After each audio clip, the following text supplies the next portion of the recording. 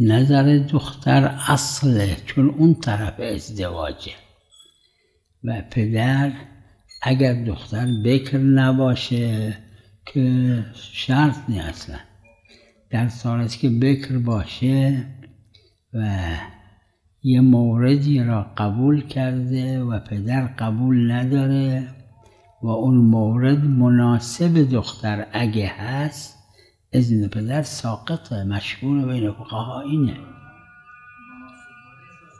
مناسب معیار اینه که مناسب عرفی باشه. فرض کنید پسر همون که تو روایت داره دین و اخلاقش خوبه و از نظر فامیلی، از نظر همشهری، از نظر زبون، از این نظر مناسبش هست. اگه دختر قبول کرد و پدر رفع کرد، این حتی از فقهای قبل مطرحه، تو شرایع هم داره این که اذن پدر دیگه در اینجا شرط نیست.